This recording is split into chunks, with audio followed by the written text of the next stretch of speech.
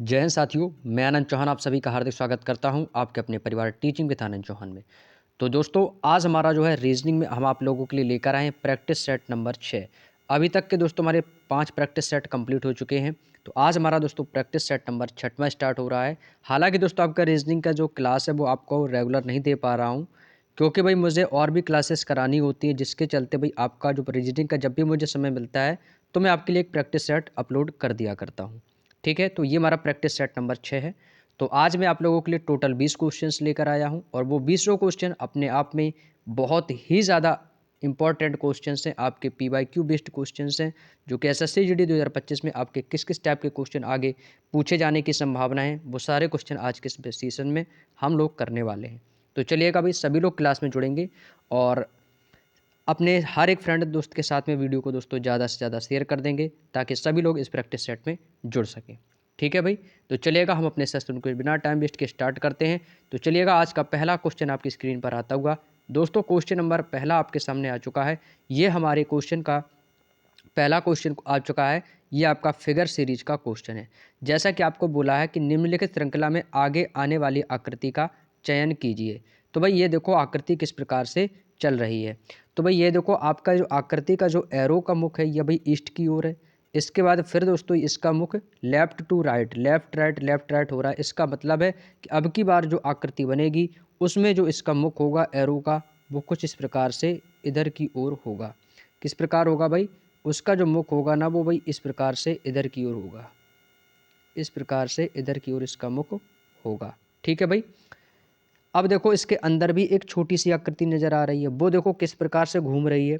तो वो आपकी चल रही है घड़ी की दिशा में। कैसी चल रही है? क्लॉकवाइज। सबसे पहले आपकी लेफ्ट में थी, फिर ऊपर गई, फिर आपके राइट में आ गई, फिर आपके नीचे। अब कहाँ जाएगी भाई? ये वाली जो आकृति इसके अंदर बनी हुई है वो भाई किस ओर रहेगी? वो इस ओर हो जाएगी, इस प्रकार से। तो ये वाली आकृति किस ऑप्शन में भाई? देखो, तो ये वाली आकृति का एक ही ऑप्शन है जो कि ऑप्शन नंबर डी के पास है। तो डी वाला ऑप्शन हमारा बिल्कुल सही जवाब हो जाएगा। उम्मीद करता हूँ मेरे दोस्त आपको बात समझ में आ गई होगी। इसके जो अंदर की जो आकृति है छोटी सी, ये कैसी घूम रही है? ये घूम रही है घड़ी की दिशा में, यानी कि क्लॉकवाइज घड़ी की दिशा में घूम रही है। उम्मीद करता हूँ आप लोगों का सभी का दोस्तों ऑप्शन नंबर डी बिल्कुल सही आंसर आया होगा। चलिएगा अगला question, question number 2। Question number 2 और 3 दोनों आपके सामने हैं। देखो क्वेश्चन नंबर 2 क्या कह रहा है कि प्रश्नवाचक चिन्ह को प्रतिस्थापित करें। E4A J8E question mark T16M Y20Q। तो भाई देखो यहाँ पे जो क्वेश्चन मार्क है, यहाँ पर कौन सा लेटर आने वाला है और कौन सी संख्याएं आने वाली हैं, ये दोस्तों आपको यहाँ पर पता करना है। ठीक है, देखो E की रैंक कितनी होती है? आप कहोगे सर 5 होती है। A की रैंक कितनी होती है? 1 होती है। ठीक है भाई, इतना तो आप सभी को पता है। ठीक है, जे की रैंक 10 होती है, ई की रैंक 5 होती है। तो सबसे पहले यहाँ से आप देखो, 4 की यदि मैं 8 में गुणा कर दूंगा तो कितना हो जाएगा? 4 दूनी 8। ठीक है भाई, अब यहाँ पे कितना आएगा? आप कहोगे सर 8, 4 दूनी 8, 8 दूनी 16 यहाँ पर आना चाहिए। तो भैया गुणा 2 तो हो नहीं रहा, तो इसमें ये लॉजिक काम नहीं कर रहा। अब क्या लॉजिक काम कर सकता है भाई? +4 कर सकते, देख सकते। 4 में +4 कर दिया, कितना हो गया? 8। 8 में यदि मैं प्लस का 4 कर दूंगा तो भाई बीच में कौन सी संख्या आनी चाहिए? आपको सर बीच में वो संख्या 12 आनी चाहिए। फिर देखो 12 में प्लस का 4 कर दिया 16, और 16 में प्लस का 4 कर दिया 20। यानी कि यहाँ से एक लॉजिक मिल गया कि जो संख्या बीच में लिखी हुई है इसमें क्या हो रहा है? प्लस का 4 हो रहा है। तो भैया बीच में क्या आएगा? 12। तो यहाँ से देखो बी ऑप्शन खत्म, सी ऑप्शन खत्म। अब या तो ए होगा या तो बी डी होगा, क्योंकि 12 तो दोनों में है। अब इनके लेटर को देखो, ई के बाद क्या है? जे। ई की रैंक कितनी होती है? 5। और जे की रैंक कितनी होती है? 10। तो कितना प्लस हो गया? आपको सर यहाँ से प्लस का 5 10 हो गया। अब मैं 10 में यदि मैं प्लस का 5 कर दूंगा तो 15 आएगा, और 15 पर क्या आता है? ओ आता है।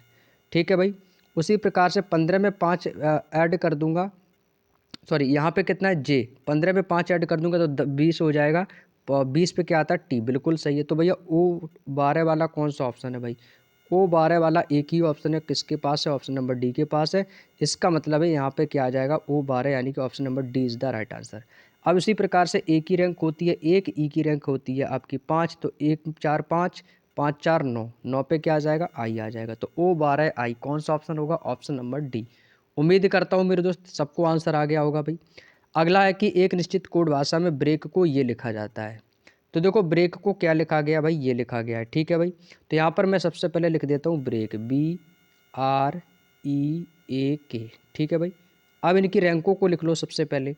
तो इनकी रैंक क्या होती है, तो आपको सिर्फ बी की रैंक होती है 2, आर की रैंक 18, ई की रैंक 5, ए की रैंक 1 और के की रैंक 11 होती है। तो इसको लिखा क्या गया है, इसको लिखा गया है 2, 36 और कितना लिखा है आपका 15, 455।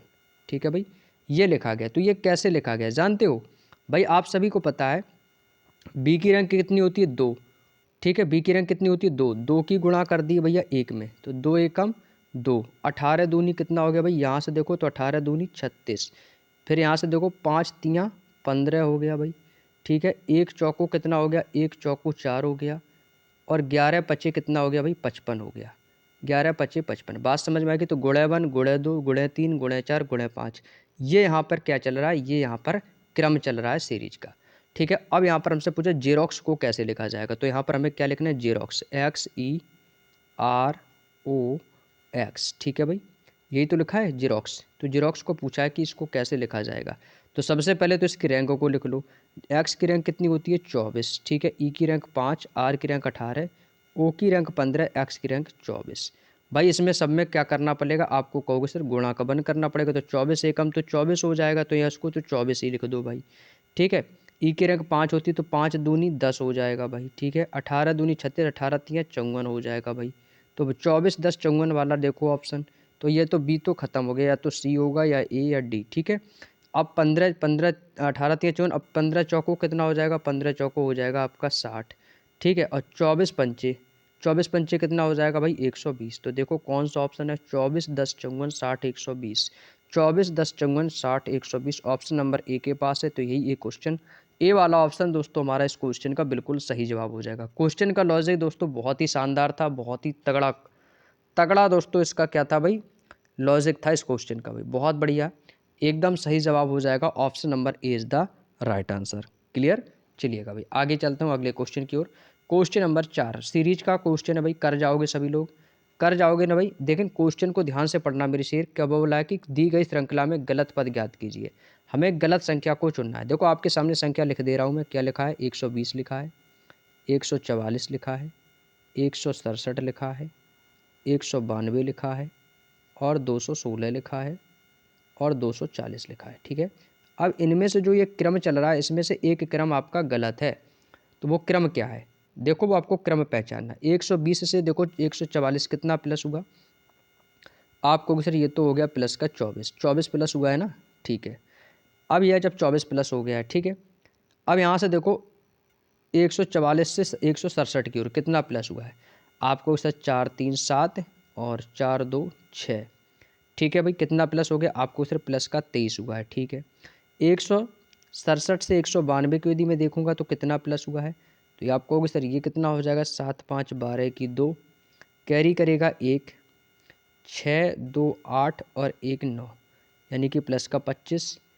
192 से 216 कितना प्लस हुआ, आपको सर 4, और ये कितना हो जाएगा 9 2 11 और 1 प्लस का 24, और 216 से 224 240 की ओर जाएंगे तो कितना प्लस हो जाएगा, आपको फिर ये भी आपका प्लस का 24 हो जाएगा। यानी कि अब आपने यहाँ पे देखा कि सर सबसे पहले तो यहाँ पे 24 प्लस हो रहा है, यहाँ पर 23, यहाँ पर 25, और यहाँ पर भी 24, यहाँ पर भी 24। इसका मतलब है कि झोल जो पड़ रहा है ना क्वेश्चन में गलती, वो इस 23 और 25 वाले से हमें गलतियाँ यहाँ से नज़र आ रही हैं, क्योंकि यहाँ पर भी 24 है, यहाँ पर भी 24 है, यहाँ पर भी है, तो इनके बीच का अंतर समान आना चाहिए। अब यदि जब अंतर देखो सब जगह 24 आ रहा है, तो भाई इस 23 की जगह 24 रख के देखो कितना आ रहा है, इस 23 की जगह 24 रख के देखो, तो इस 23 की जगह मैं यहाँ पर 24 रख कर देखता हूँ कितना आ रहा है। तो आपको सर जैसे ही मैंने 24 रखा तो ये कितना हो जाएगा 4 4 8 और 4 2 6, तो 168 होना चाहिए। क्या 168 में यदि मैं 24 ऐड कर दूँ तो क्या 192 मिलेगा, तो भाई करके देखो। तो जैसे ही मैंने यहाँ पर 24 ऐड कर दिया तो 7 4 कितना हो जाएगा भाई, सॉरी अब तो 8 में प्लस होगा ना, तो अब ये 8 में प्लस होगा इस 168 में। ठीक है, तो 8 4 12 की 2 6 2 8 1 9 बिल्कुल सही। तो यानी कि 167 कैसा है, गलत है। तो इसमें से गलत पद हमें कहाँ मिला, ऑप्शन नंबर ए के पास। तो यही इस क्वेश्चन का आंसर गलत हो जाएगा। क्या कि यहाँ पर भैया 168 आना चाहिए, क्योंकि जो इनके बीच का अंतर है ना वो कैसा है, समान है, 24 24 का अंतर है। तो जबकि यहाँ पर 167 नहीं 168 आना चाहिए। बात समझ में आ गई। तो ऐसे दोस्तों यहाँ से हम गलत पद इसका निकाले हैं। ऑप्शन ए के पास बिल्कुल सही जवाब हो जाएगा कि 167 जो है इसमें गलत पद दिया गया है। Next question, question number 5। ठीक है भाई, क्वेश्चन नंबर 5 आपका दोस्तों ब्लड रिलेशन का सबसे शानदार क्वेश्चन है। पूछा है कि सुरेश की बहन राम की पत्नी है। ठीक है भाई, भैया सुरेश की कोई एक बहन होगी, यहाँ पर मैं लिख देता हूँ सुरेश। ठीक है, ये है सुरेश, सुरेश की बहन। भाई ये देखो सुरेश की कोई एक बहन है। ठीक है भाई, सुरेश की बहन जो है ना वो किसकी पत्नी है, राम की पत्नी है। ठीक है, ये हो गया भाई राम। राम की पत्नी कौन है, सुरेश की बहन। राम जो है ना, राम ये रानी का भाई है। राम किसका भाई है, तो आपको उसे राम जो है ना ये रानी का भाई है। तो रानी ये होगी, राम ये हो गया। ठीक है, आगे कह रहा है कि राम के पिता मधुर है। राम के पिताजी कौन है भाई, राम के पिताजी हो गए मधुर। ठीक है भाई, ये कौन है, मधुर। और मधुर कौन है भाई, राम के पिताजी हो गए। ठीक है, शीतल जो है ना राम की दादी है। भैया ये क्वेश्चन सेम टू सेम कई बार एग्जाम में पूछा जा चुका है भाई, सेम टू सेम, और ये एसएससी ही सबसे ज़्यादा क्वेश्चन पूछता है। और शीतल जो है ना, शीतल वो राम की दादी है, यानी कि मधुर की माता जी कौन हो गई, आपको सर वो हो जाएगी शीतल। शीतल कौन है भैया, मधुर की माँ है। जब मधुर की माँ होगी तभी तो राम की दादी होगी, आप कहोगे जी बिल्कुल। रेमा शीतल की बहू है। तो शीतल की बहू कब होगी, जब मधुर की पत्नी होगी कोई, जब मधुर की कोई पत्नी होगी, आप कहोगे जी भाई। तो ये कौन होगी भी, मधुर की पत्नी कौन हो जाएगी, रेमा। जब रेमा हो जाएगी तो ये शीतल की क्या होगी, बहू, क्योंकि लड़के की क्या है पत्नी, तो इसकी बहू हो गई। ठीक है, रोहित जो है ना वो रानी का भाई का बेटा है। रोहित जो है ना वो रानी के भाई का बेटा कौन है भाई, इसका बेटा कौन है, रोहित है। तो भाई देखो रोहित कहाँ आ जाएगा, राम के नीचे। क्यों, रोहित का बेटा है, क्योंकि रानी जो है ना रोहित जो है ना वो रानी के भाई, तो रानी के भाई यानी कि राम का बेटा है, यानी कि रोहित। और राम, राम कौन हो जाएगा, इसका पिता। ठीक है, अब आगे बोला है कि रोहित सुरेश से किस प्रकार संबंधित है। अब हमसे पूछा है कि रोहित जो है ना, रोहित ये सुरेश से, रोहित जो है ना ये रोहित और सुरेश का पूछा है, ये किस प्रकार संबंधित है। रोहित जो है ना वो सुरेश से पूछा है ना, तो सुरेश से किस प्रकार संबंधित है। तो रोहित के ये कौन है, पिताजी, और ये रोहित की कौन है, माँ। और माँ का भाई क्या हो जाएगा, ये मामा लगा। जब ये सुरेश इसका मामा है तो रोहित इसका क्या लगेगा, आपको सर रोहित तो इसका भांजा लगेगा। क्या लगेगा मेरे शेर, भांजा लगेगा। Option number D is the right answer. बात समझ में आ गई मेरे दोस्त। तो पूछा है कि रोहित सुरेश का क्या लगेगा, तो रोहित सुरेश से भांजे से संबंधित है, उसका भांजा लगेगा। और सुरेश इसका क्या लगेगा, मामा लगेगा। उम्मीद करता हूँ मेरे दोस्त बात समझ में आ गई होगी। चलिएगा आगे चलता हूँ, अगला क्वेश्चन, क्वेश्चन नंबर 6 आपका मिरर इमेज चैप्टर का क्वेश्चन है भाई। यहाँ पे लिखा है XZHIY9680R को सही दर्पण छवि बनाइए। तो दर्पण में मैंने आपको क्या बताया था कि लेफ्ट से राइट हो जाता है, यानी कि अपोजिट हो जाता है। तो आर कैसा दिखेगा भाई, आर आपका इस प्रकार से दिखेगा। टी आपका जैसे का तैसा ही दिखेगा। 8 जैसा है वैसा ही दिखेगा। 6 पलट के आपका इस प्रकार से दिखेगा। 9 पलट जाएगा तो इस प्रकार से दिखेगा। वाई आपका जैसा है वैसा दिखेगा। वाई जैसा भी है वैसा ही दिखेगा। और आई जैसा है वैसा ही दिखेगा। एच भी सेम रहेगा। जेड आपका अपोजिट हो जाएगा। एक्स जैसे कि तैसा रहेगा। भाई देख लो किस ऑप्शन में ये सारी चीज़ें बनी हुई हैं। तो आप कहोगे सर ये तो हमें कहाँ पर दिख रही है, आप कहोगे सर ये तो हमें ऑप्शन नंबर सी के पास दिख रही है। तो सी वाला ही ऑप्शन इस क्वेश्चन का बिल्कुल सही जवाब हो जाएगा मेरे दोस्त। Option number C is the right answer.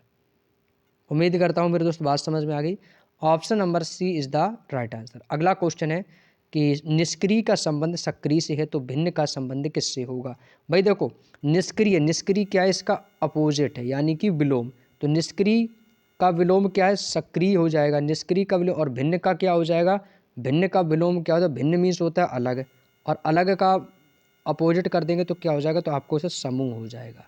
क्या हो जाएगा, समूह। तो ये क्या हो जाएगा, option number C is the right answer. क्यों, क्योंकि इसका लॉजिक क्या है, क्योंकि ये सभी विलोम शब्द दिए गए। क्या है दोस्तों, एक दूसरे के अपोजिट है, यानी क्या है, विलोम शब्द है।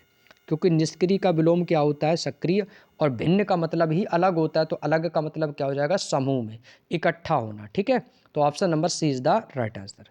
आगे चला हूँ, आगे भाई चलता हूँ अगले क्लास पर, अगले क्वेश्चन पर, क्वेश्चन नंबर 8। क्वेश्चन नंबर 8 भैया ये आपके कथन निष्कर्ष चैप्टर का क्वेश्चन है। बहुत ही शानदार क्वेश्चन है। कह रहा है कि सभी बैंक दुकान है, यानी कि भाई कह रहा है कि जितनी भी बैंक है ना, बैंक वो आपकी सभी बैंक क्या है भाई, सभी बैंक जो है ना वो दुकान है। तो सभी बैंक किसके अंदर आ गई, तो आपको से सभी बैंक दुकान के अंदर आ गई। अब बोला है कि कुछ दुकानें घर है, यानी कि जो कुछ भाग है ना दुकान का वो घर के अंदर है भाई। ठीक है, कुछ दुकान का हिस्सा ना वो घर के अंदर आ रहा है। इस प्रकार से डायग्राम बनेगा। अब निष्कर्ष पढ़ो, क्या कह रहा है कि सभी बैंक घर हैं। क्या सभी बैंक घर के अंदर आ रही है भाई? भैया कैसी बात करो, बिल्कुल गलत है भैया। बैंक तो और घर से तो बहुत ही दूर दूर है। क्या कुछ दुकानें बैंक है? भाई जब सभी बैंक दुकानें हैं तो वहाँ पर कुछ दुकानें बैंक हो सकती हैं भाई, बिल्कुल सही है। तो क्या कहेंगे कि केवल निष्कर्ष सेकंड अनुसरण करता है, option number B is the right answer. बात समझ में आ गई? तो क्या होगा इस क्वेश्चन का आंसर कि केवल निष्कर्ष सेकंड अनुसरण करता है। उम्मीद करता हूँ मेरे दोस्त बात समझ में आ गई। नेक्स्ट क्वेश्चन, अगला क्वेश्चन है क्वेश्चन नंबर 9। कह रहा है कि 13 का संबंध 170 से है तो 15 का संबंध किससे होगा? भैया 13 का संबंध 170 से है तो 15 का संबंध किससे होगा? तो भाई देखो 13 से 170 सबसे पहले पहचानो कैसे बना। 13 से 170 को पहचानो सबसे पहले कैसे बना, फिर इसके बाद हम 15 का निकालेंगे। ठीक है, तो 13 से 170 कैसे बन सकता है? भैया 13 का स्क्वायर कर दो। भैया 13 का स्क्वायर कर दो तो 13 का स्क्वायर कितना हो जाएगा? 13 13 169। 169 में भैया प्लस का 1 कर दिया तो कितना मिल गया भाई? ये हमें मिल गया 170। ठीक है, उसी प्रकार से हमें अब इसका क्या करना है भाई? 15 का स्क्वायर कर देंगे। तो भैया यहाँ से जैसे ही हमने 15 का स्क्वायर किया तो कितना हो गया? 225। अब 225 में क्या करना भैया? प्लस का 1 कर दूंगा तो ये हमें क्या मिल जाएगा? आपको सर 226 मिल जाएगा। तो क्या ऑप्शन में 226 है मेरे शेर? आप कहोगे जी भैया है, ऑप्शन नंबर सी के पास। ये इस क्वेश्चन का बिल्कुल सही जवाब हो जाएगा 226। उम्मीद करता हूँ भैया सबको ये लॉजिक है जो समझ में आ गया होगा। क्लियर? चलिएगा नेक्स्ट क्वेश्चन है क्वेश्चन नंबर 10। आज का प्रैक्टिस सेट भाई बहुत अच्छा लाया हूँ और मैं उम्मीद करूँगा कि आज आप लोग 20/20 स्कोर जरूर करके जाओगे। क्वेश्चन नंबर 10 कह रहा है कि 2A 4B 8D 16G 32 के। बहुत आसान है भाई। 2 दूनी 4 दूनी 8 दूनी 16 दूनी 32 दूनी 64। इसका मतलब अब की बार क्या आएगा? 64 आएगा। क्या हो रहा है? 2 गुना हो रहा है कि 2 दूनी 4, फिर आपका 4 दूनी 8, फिर 8 दूनी 16, फिर 16 दूनी 32 और फिर 32 दूनी 64। AB, फिर आपका क्या है? C नहीं है, फिर D E F G H I J। अब क्या आएगा भाई? जे के बाद क्या आ गया? के। ठीक है भाई, ए की रैंक 1 होती है, बी की रैंक 2। 1 1 2 और 2 2 4 और 4 3 7, 7 4 11। अब 11 5 कितना हो जाएगा? 16। इसका मतलब अब क्या आएगा? पी। तो 64P देख लो कहाँ पर है भाई? ऑप्शन नंबर बी के पास है। ये इस क्वेश्चन का आंसर हो जाएगा 64P। भाई इनकी रैंकों में देख लो भैया, इनकी रैंकों को देखो। रैंक कैसे देखेंगे भैया? एक में +1 किया तो 2 हो गया, 2 पे आ गया बी। अब बी में 2 प्लस कर दिया तो कितना हो गया? 4 पे आ गया डी। अब 4 में 3 प्लस कर दिया तो 7 आ गया, 7 पे आ गया जी। अब 7 में 3 प्लस कर दिया, 7 में जी की आगे जी, और 7 में 4 प्लस कर दिया तो 7 4 11 पे आ गया के। अब 11 में कितना प्लस करेंगे? 5। यानी कि +1 +2। इसमें क्या चल रहा है? +1 फिर +2 फिर +3 फिर +4 फिर +5। बात समझ में आ गई? तो 64P आ जाएगा। अगला क्वेश्चन है क्वेश्चन नंबर 11। शब्दकोश क्रम में लगाना है भाई। ठीक है, लेप्रोसिलेशन। भाई देखो लेप्रोसिलेशन, इसको मैं यहाँ पर लिख देता हूँ भाई। ठीक है, यहाँ पर क्या लिखा है? लिखो मत भाई, सारी चीज़ें लिखी हैं नीचे, तो इसको डायरेक्टली कर लेते हैं। देखो एल एल एल एल सभी में कॉमन है तो एल से एल काट दो। जब सब में कॉमन है तो एल से एल कट गया भाई। अब यहाँ पे देखो एल के बाद क्या आएगा? ए आएगा तो ANGU, तो यू तक तो ये खत्म हो गया आपका। ANGU ये खत्म। अब क्या आएगा भाई? जी आएगा सबसे पहले, तो यानी कि डी नंबर सबसे पहले आ जाएगा, फिर आपका ई नंबर आ जाएगा। तो डी ई वाला एक ही ऑप्शन है मेरी शेर। डी ई वाला एक ही ऑप्शन है। कौन सा? Option number D. Option number D वाला ही एक ही ऑप्शन है, डी ई आ गया। ठीक है भाई, यही इस क्वेश्चन का आंसर हो जाएगा DEABC, क्योंकि भैया डी ई वाला एक ही ऑप्शन है। पूरा क्वेश्चन सॉल्व करने की ज़रूरत ही नहीं पड़ी, बाकी का तो मैं आपको चैप्टर वाइज क्लास करवा ही चुका हूँ, कर ही लोगे। आगे चलता हूँ क्वेश्चन नंबर 12 की ओर। क्वेश्चन नंबर 12 कह रहा है, सीरीज का क्वेश्चन है 5 13 29। ठीक है भाई, क्या लिखा है? 5 13 29। इसके बाद आपका है यहाँ पे क्वेश्चन मार्क, फिर आपका 125 है और इसके बाद 253 है। तो क्वेश्चन मार्क के स्थान पर बताने की कौन सी संख्या आएगी। ठीक है भाई, देखो 5 में यदि मैं 2 की गुणा कर दूंगा, 5 दूनी 10 3 13, हो सकता है लॉजिक बिल्कुल। 13 में 2 की गुणा कर दूंगा, 13 दूनी 26 और 26 3 कितना हो जाएगा? 29। भाई क्या काम कर रहा है भाई? देखो हो सकता है 29 दूनी 58 और 58 में 3 ऐड कर दूंगा, 58 3 61 हो जाएगा। कितना हो जाएगा? 61। आगे भी देखो, गुणा 2 61 दूनी प्लस कितना होगा भाई? प्लस का 3 करना पड़ेगा भाई। तो 2 एकम 2, 2 छक 12, 122, 3 125, बिल्कुल सही। तो 61 वाला ही ऑप्शन इस क्वेश्चन का आंसर है, ऑप्शन नंबर डी। यानी कि लॉजिक क्या चल रहा है, गुणे 2 + 3 गुणे 2 + 3 गुणे 2 + 3 गुणे 2 + 3, यही लॉजिक है। तो अगला जो क्वेश्चन मार्क बना हुआ है इसके स्थान पर 61 आ जाएगा। अगला क्वेश्चन है क्वेश्चन नंबर 13। क्वेश्चन नंबर 13 देखो क्या कह रहा है कि ट्रुथ को ये लिखा गया TU, ठीक है भाई। देखो यहाँ पर मैं लिख देता हूँ TRUTH, भैया ट्रुथ लिखा है ना भाई। ट्रुथ को क्या लिखा गया है, ट्रुथ को लिखा गया है UQVSI, ठीक है। तो देखो आप सभी को पता है कि टी की रैंक कितनी, टी में कितना प्लस हो गया भाई, यहाँ से ये देखो टी में कितना प्लस होगा, आपको सर प्लस का 1, TU। आर में कितना हो गया, माइनस का 1, QR हो गया माइनस का 1, UV प्लस का 1, ठीक है। टी में क्या देखे, ST माइनस का 1, HI प्लस का 1। भाई +1 -1 +1 -1 किस में करना है, वाइट में। तो यहाँ पर क्या लिख लेना है आपको, WHITE, +1 -1 कर दो भैया, हो जाएगा भाई। W में प्लस का 1 कर देना भाई, ठीक है। W में प्लस का 1 कर दिया, कितना हो गया भाई, प्लस का 1। तो UVWX आ जाएगा। H में माइनस का 1 कर देंगे तो G आ जाएगा माइनस का 1। I के बाद J आ जाएगा भैया, +1 हो गया। T में माइनस का 1 कर देंगे, S आ जाएगा। E में प्लस का 1 कर देंगे भाई, कितना आ जाएगा आपको सर, F आ जाएगा। तो देखो XGJSF, option number A is the right answer. Option number A के पास है भैया ये पॉइंट। तो कौन सा ऑप्शन होगा भाई, ऑप्शन नंबर ए इस क्वेश्चन का बिल्कुल सही जवाब हो जाएगा। क्लियर भाई, +1 -1 +1 -1 चल रहा है और कुछ नहीं है। अगला क्वेश्चन है क्वेश्चन नंबर 14, बैठक व्यवस्था का क्वेश्चन है भाई। क्वेश्चन नंबर 14 क्या कह रहा है कि एक वृत्ताकार मेज है भाई, ठीक है। एक वृत्ताकार मेज है और इस मेज के 6 लड़कियां चारों केंद्र की ओर मुख करके बैठी भाई। 6 लड़कियां बना लो, 1 2 3 4 5 और एक ये 6। भाई देखो 6 लड़कियां बैठा दी हैं। अब कैसे कैसे बैठी हैं क्वेश्चन में पढ़ो।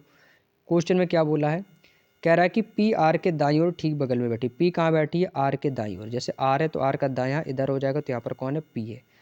P जो है ना वो R के दाईं ओर ठीक बगल में है और D के बाईं ओर ठीक बगल है। तो D का बगल में ये आ गई P, तो D आपका यहाँ पे आ जाएगा D, ठीक है। आगे कह रहा है कि M जो है ना वो R के बाईं ओर ठीक बगल में बैठी। M जो है ना वो R के बाईं ओर ठीक बगल में बैठी, तो यहाँ पे आ गई M। बहुत सिंपल सा क्वेश्चन है। K जो है ना वो S के दाईं ओर ठीक बगल में है और M के बाईं ओर ठीक बगल में है।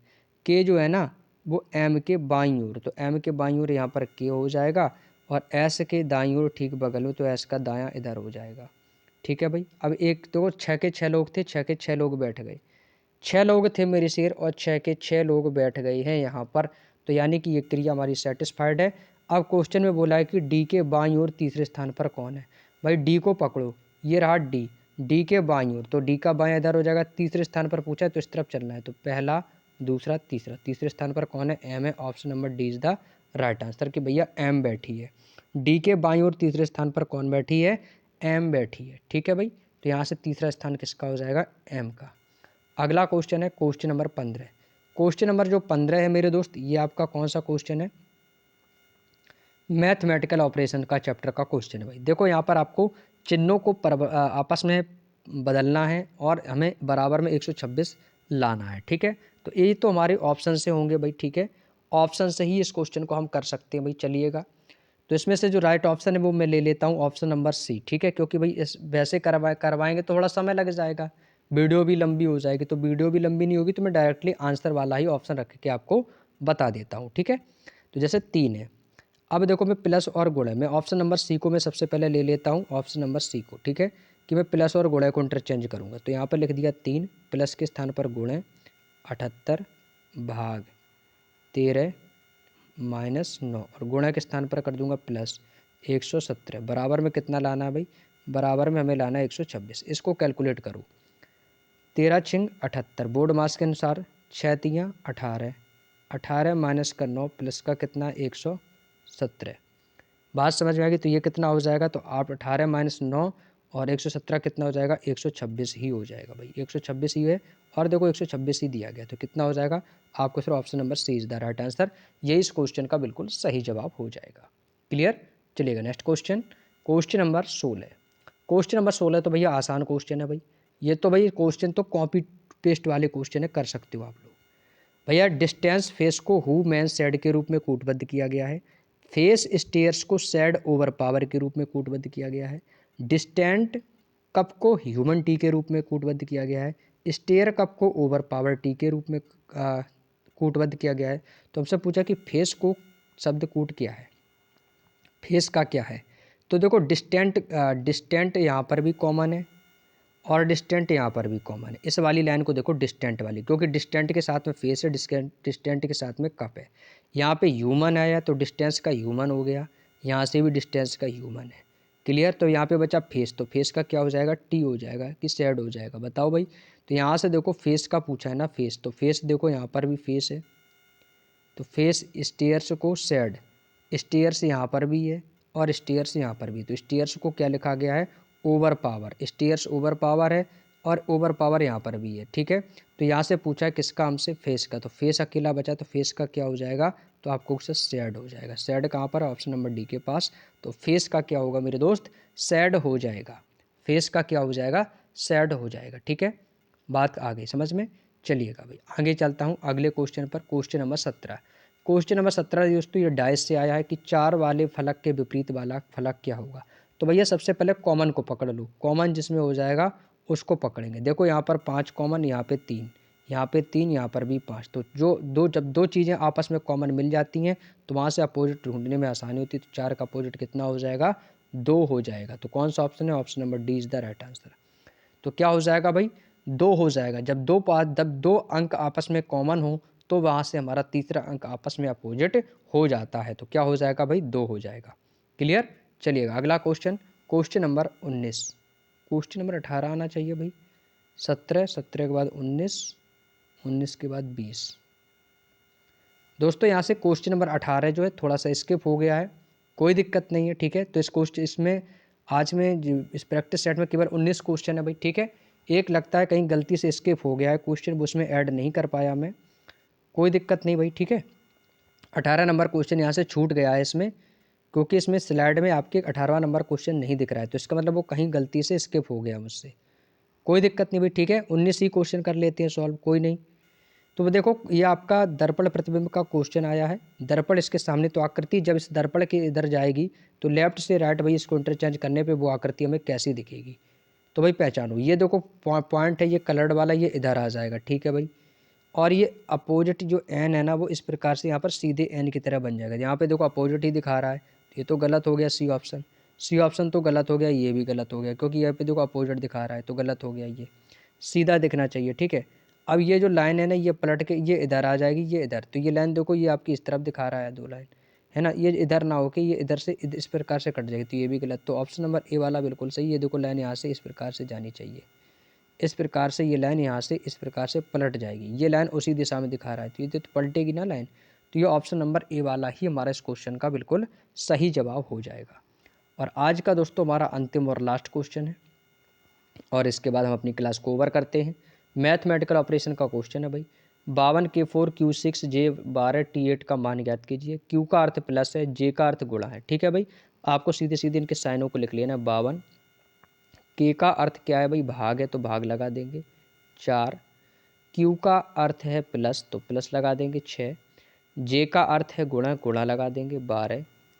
T का अर्थ है माइनस, माइनस कर देंगे 8। भाई हमें इसका मान पूछा है, तो भैया बोर्ड मास के अनुसार पहले सबसे करेंगे ब्रैकेट, ब्रैकेट नहीं है तो ऑफ, ऑफ नहीं है तो डिवाइड। तो डिवाइड से करेंगे, 4 से काटेंगे, 13 चौको 52, 13 बार कटेगा भाई। यहाँ पर प्लस है तो 12 छिंग 72, तो 13 प्लस कितना हो जाएगा आपको, 12 छिंग 72 हो जाएगा, और माइनस कितना हो जाएगा 8। 13 में 72 प्लस कर दूंगा तो कितना हो जाएगा, 3 2 5 और 7 1 8, 85 माइनस का 8। 15 में से 8 जाएगा 7, यहाँ पे बचेगा 7, यानी कि 77 आ जाएगा। इस क्वेश्चन का आंसर भैया फाइनली कितना आएगा, 77। Option number D is the right answer. उम्मीद करता हूँ मेरे दोस्त बात समझ में आ गई। तो इस क्वेश्चन का जो राइट आंसर होगा वो क्या होगा भाई, 77 होगा भाई, ऑप्शन नंबर डी के पास है। तो क्वेश्चन नंबर 20 का ऑप्शन नंबर डी एकदम करेक्ट आंसर हो जाएगा। क्लियर भाई, कितना आएगा भाई, 77 आ जाएगा, यही इस क्वेश्चन का बिल्कुल सही जवाब हो जाएगा। उम्मीद करता हूँ मेरे दोस्त आपको यहाँ तक की बात समझ में आ गई। तो दोस्तों आज के सेशन में मैं केवल आपके लोग यहीं तक के क्वेश्चन लेकर आया था। तो यहाँ से दोस्तों हमारे सारे क्वेश्चन कंप्लीट होते हैं। तो उम्मीद करूँगा आज का प्रैक्टिस सेट आपको बहुत ही आसान लगा होगा, क्योंकि आज का जो प्रैक्टिस सेट था काफ़ी आसान था। अब जो आगे के प्रैक्टिस सेट आएंगे उसमें कुछ मॉडरेट क्वेश्चन डालने की कोशिश करेंगे। ठीक है भाई, तो आज का सेशन कैसा लगा मेरे दोस्तों, मुझे कमेंट करके ज़रूर बताइएगा। ठीक है, और आप लोगों की जो भी रिक्वायरमेंट हो भाई आप कमेंट में डाल दिया करो। हो सकता है मैं आपके कमेंट का रिप्लाई थोड़ा सा देर में दे पाऊँ, क्योंकि समय मेरे पास बहुत ही कम है भाई। जॉब भी करता हूँ, तो जॉब से मैं रात में ड्यूटी से वापस आता हूँ 10 बजे, फिर आके आप लोगों के लिए मैं वीडियो बनाता हूँ। तो थोड़ी सी मुझे मेहनत जो है आप लोगों के लिए ज़्यादा करनी पड़ रही है। तो प्लीज़ दोस्तों, आप लोगों का मुझे सपोर्ट की बहुत ही ज़्यादा ज़रूरत है। तो प्लीज़ आप लोग ज़्यादा से ज़्यादा सपोर्ट करने की कोशिश करेंगे, और आप लोगों के लिए मेरे द्वारा जितनी हेल्प बनेगी भाई, मैं उतनी हेल्प आप लोगों के करने के लिए तैयार हूँ। ठीक है भाई, कोई भी चीज़ होगी ना मेरे पास, एक्स्ट्रा चीज़ जो भी है मेरे पास, चाहे वो स्टडी मटेरियल से रिलेटेड हो या मेरे नॉलेज से रिलेटेड हो, वो मैं आपको सब कुछ आपको मैं टेलीग्राम चैनल पर पीडीएफ और अपने इस यूट्यूब पर जो भी मुझे आता होगा, जो भी मेरे पास है बेस्ट से बेस्ट होगा, वो मैं आपके साथ ज़रूर शेयर करता रहूँगा ऐसे ही कंटिन्यू। बस आप लोग अपना प्यार और सपोर्ट ऐसे ही दोस्तों बनाए रखें। तो चलिएगा मेरे दोस्त, आप लोगों के लिए आज की वीडियो में इतना ही रखता हूँ, और मिलता हूँ आप लोगों से नेक्स्ट वीडियो में। तब तक के लिए आप सभी दोस्तों का क्लास से जुड़ने के लिए भाई बहुत बहुत धन्यवाद। सभी को जय हिंद, जय भारत, वंदे मातरम।